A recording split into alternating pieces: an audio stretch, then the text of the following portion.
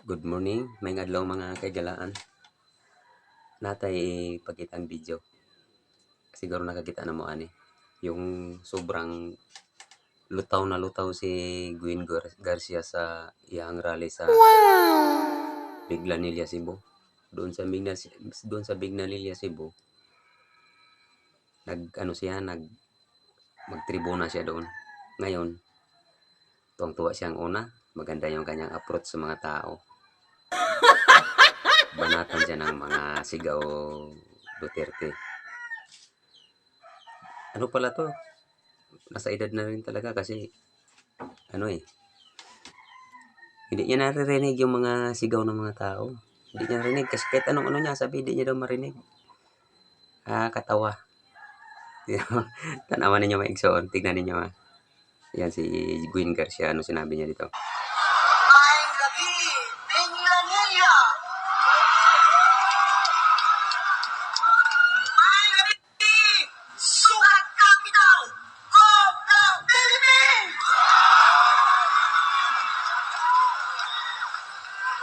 Wow!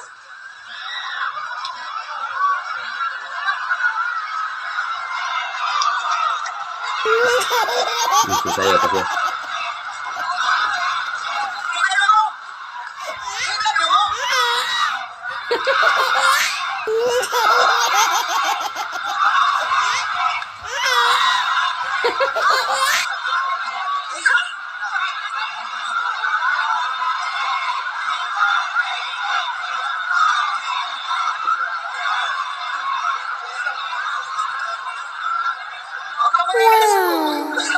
Mamak mo yan. Isa daog na mo?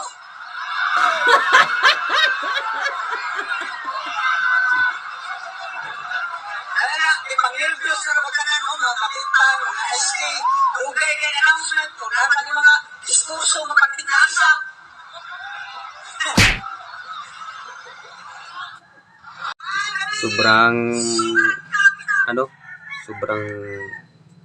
Sobrang pahiya pala ng tao. Ganun pala ang reaksyon. Yung parang tingin ka sa harap, tingin ka sa tagiliran. Tapos hindi mapakali ba? Kasi yung lumutang ang utak niya kasi hindi niya akalain na panahon na yun. Puro para Duterte ang nasa harapan niya. Bully na grabe tapos nasa stage. Hindi naman yan umiinom kasi babae yan, hindi naman yan. Ang ano doon talaga. Sobrang pahiya talaga siya doon sa ng mga tao kasi kala niya siguro dahil sa Cebu, ang mga Garcia dyan hindi yan natatalo. Hindi yan natatalo. Kahit anong paraan hindi natatalo yan, mga Garcia. Umpisa kay Pabling Garcia hanggang sa kanya. Pero sa panahon ngayon dahil sa pagpirma nila sa impeachment kay Inday Sara, alam na ng mga tao, isusuka talaga sila sa Cebu. Yung kalaban niya na si Balea 4, landslide yan. Walang pira or may pira yan. Sure ball naman nanalo yan. Ang si Gwen Garcia dito talaga sila makakaranas ng yung hindi lang hiya, kayaan, at saka masasabi nila ang politika pala hindi nila hawak sa Cebu. Ang mga tao din sa Cebu hindi rin uto-uto. Yung reaksyon niya lang sa niya tingnan niya ulitin natin ha. Yung reaksyon niya lang sobrang pahiya talaga siya. Biglanilla!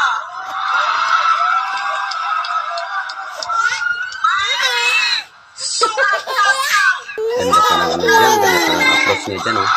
Sigaw pa siya. Wow!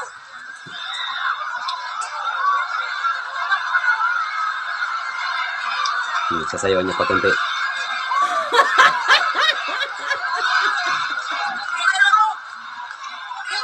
Hindi niya marinig.